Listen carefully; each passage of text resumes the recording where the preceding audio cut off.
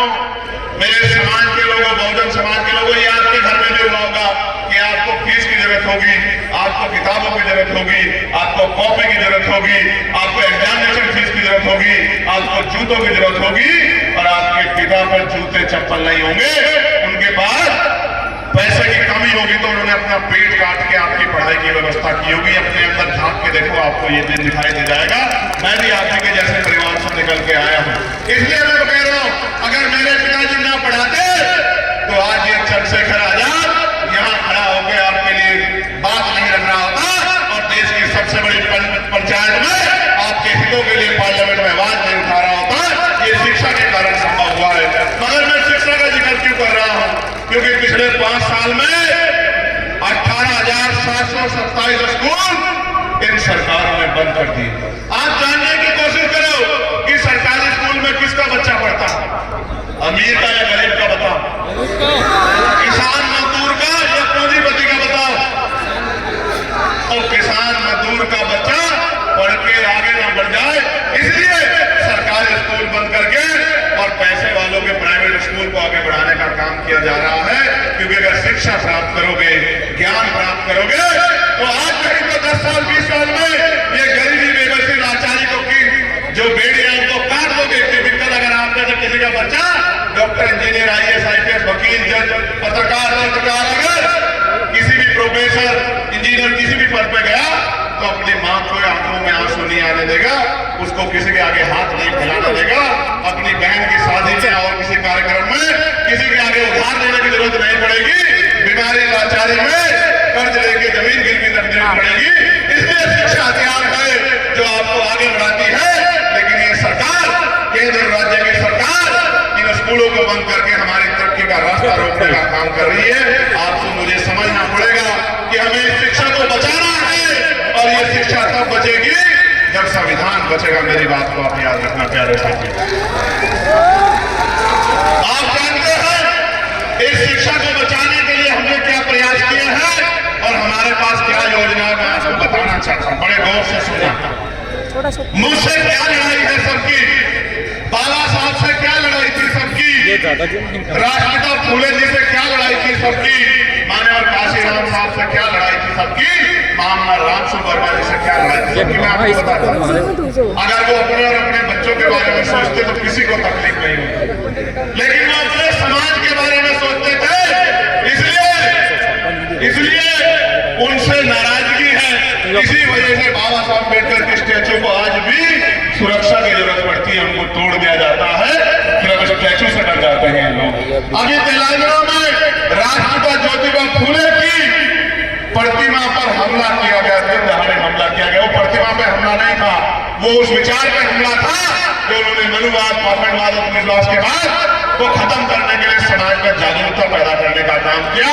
और मैं धन्यवाद देता हूं राष्ट्रपिता ज्योतिबा फूले और मां सावित्रीबाई फूले को। अगर वो शिक्षा की जोत नहीं जगाते तो आज महिलाएं पढ़ नहीं पाती।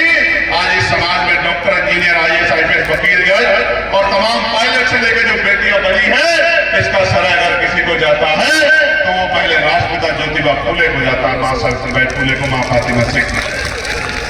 प्यारे साथियों, मुझसे भी इनकी यही लड़ाई है कि ये चंद्रशेखर आजाद अपने लोगों को अधिकार क्यों दिलाना चाहता है। और मैं पूछना चाहता हूं कि कब तक गरीबी, बेबसी, लाचारी, बीमारी और तमाम तरह के अपमान को सह के आप लोग जीते रहोगे? क्या आपके जीवन में कुछ सुख सुविधाएं नहीं होनी चाहिए? क्या आपको सम्मान का जीवन नहीं मिलना चाहिए? क्या आपके साथ लोग जाते रहते हैं, बंद होना चाहिए, नहीं होना चाहिए? बताओ।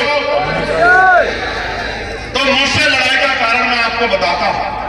मुझसे लड़ाई का कारण, आजाद समाज पार्टी लड़ाई के कारण, भीम आर्मी से लड़ाई का एकमात्र कारण मैं आपको बताता हूं। क्योंकि सबके पास समस्या है कि ये समस्या, ये समस्या, ये समस्या, और हमारे पास समाधान है। क्या है? क्या है? समाधान। और मैं आपको बताता हूं कि समाधान क्या है।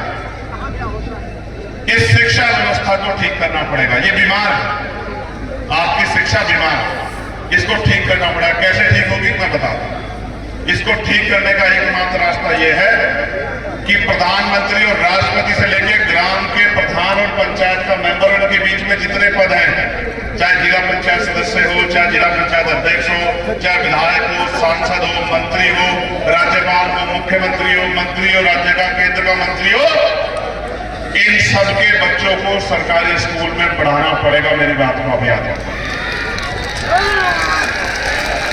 और चीफ सेक्रेटरी से लेके केंद्र के और प्रमुख सचिव से लेकर अपर सचिव, मुख्य सचिव, तमाम जितनी पोस्ट है, उसके बाद director, deputy director, IAS, IPS, उसके बाद नीचे आ जाओ पीसीएस, पीपीएस, एडीएम, साधारण भाषा में एडीएम, एसडीएम, तहसीलदार, कानूनगो, पटवारी, सेक्रेटरी, और हमारे एसएचओ साहब, सीओ साहब, दरोगा जी, कांस्टेबल साहब, हेड कांस्टेबल साहब, तमाम हमारे साहबों के बच्चों को भी, जितने भी सरकारी पद हैं उनके बच्चों को भी सरकारी स्कूल में पढ़ाना। इससे होगा क्या, देखो सुनो, एक तो सरकारी स्कूलों की कायाकल्प हो जाएगी, क्योंकि जब जिस स्कूल में एसएसपी साहब का या एसपी साहब का बच्चा पढ़ेगा, जिस स्कूल में एडीएम साहब का या डीएम साहब का बच्चा पढ़ेगा, उस स्कूल की बिल्डिंग कमजोर नहीं हो सकती है, क्योंकि अपने बच्चे की रखवाली करनी है, तो इसी बीच में गरीब के बच्चों की भी रखवाली हो जाएगी। मेरी बात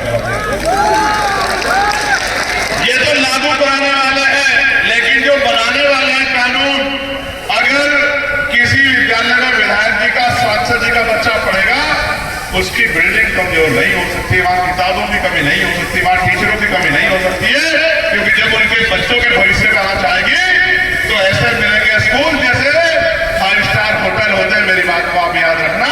और शिक्षा भी ऐसी होगी जो प्राइवेट स्कूलों में नहीं मिलती है, लेकिन ये देना नहीं चाहते। और मैं आपको इस शिक्षा के साथ कमजोर नहीं पड़ने दूंगा, इस बात को आप याद रखना। यही लड़ाई है इनकी मेरी, इसीलिए मेरे खिलाफ खड़े रहने दो, खड़े रहने दो। ये भी मैंने पहले कहा था, मैं सबसे लड़ लूंगा, बस आपसे नहीं लड़ सकता हूं, क्योंकि आपके साथ जीना है, आपका जीवन बदलना है, आपसे जीतना नहीं है। मेरी बात को आप याद रखें। एक और समस्या सबसे बड़ी, वो है अच्छा स्वास्थ्य। कहते हैं कि भाई स्वास्थ्य से बड़ा कुछ नहीं है, लेकिन बीमार होने में अस्पतालों के हाल ये है, आप जाइए सरकारी अस्पताल में, डॉक्टर नहीं मिलेगा, टेस्ट नहीं होगा, दवाई नहीं मिलेगी, और तमाम तरह की परेशानियां, साफ सफाई में कमी। लेकिन इसका भी सुधार है, समाधान कैसे? जो लोग कानून बनाते हैं, जो लोग कानून लागू कराते हैं, इनका इलाज आप सरकारी अस्पतालों में करवा दो। डीएम साहब का, एसएसपी साहब का, एसपी साहब का, सीओ साहब का, एडीएम साहब का, एसडीएम साहब का, तहसीलदार साहब का, कानूनगो साहब का, इनके बच्चों का, इनका इलाज सरकारी अस्पताल में होना चाहिए। विधायक जी का, सांसद जी का, मंत्री जी का, जिला पंचायत सदस्य जी का, चेयरमैन साहब का, जिला पंचायत अध्यक्ष का, आप देखना सरकारी अस्पतालों की कायाकल्प हो जाएगी, और आपके सरकारी अस्पताल आपसे ज्यादा बीमार हैं। अगर सरकारी अस्पतालों की हालत सुधर गई तो फिर प्राइवेट अस्पताल कैसे चलेंगे? इसलिए सरकारी अस्पतालों को जर्जर करके छोड़ दिया गया है कि इसके जरिए गरीबों की जेब कटे। और मैं आज गारंटी से कह रहा हूं, मैं चुनाव सांसद हूं, आयुष्मान योजना में जितना बड़ा घोटाला हो रहा है, उससे बड़ा घोटाला कभी देश के इतिहास में कभी हुआ नहीं होगा। मेरी बात को मैंने तो अपने आंखों से देखा है।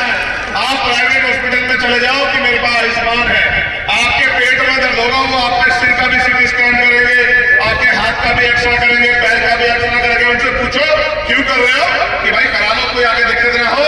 लेकिन करते इसलिए है कि सरकार से वो पैसा सीधे उनके अकाउंट में आ जाता है और उनकी जेब भर जाती है, गरीबों के जेब के नाम पे उनकी दुकानदारी चल रही है। मैं तो इस बात को जानता हूं, इसलिए